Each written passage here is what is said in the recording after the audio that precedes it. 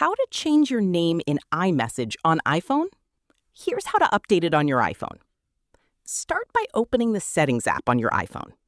Scroll down and tap on Messages. Next, tap Share Name and Photo. This is where you can manage the name and profile photo that other people see when you send them iMessages. Tap your current name, then edit your first name and last name. Once you've entered the name you want to use, and it will save automatically. You can also update your profile photo from the same screen. Simply tap your current picture to choose a new photo, memoji, or customize your appearance. If you don't see the Share Name and Photo option, don't worry. The location of this setting may vary depending on your iPhone model or iOS version. On older versions of iOS, you may need to open the Messages app, tap the More button if available, or update your iPhone to access this feature. Also, keep in mind that your updated name and photo are only shared with people you choose.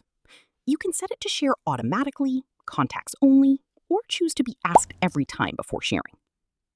That's it! Your new iMessage name will now appear when you message other Apple users.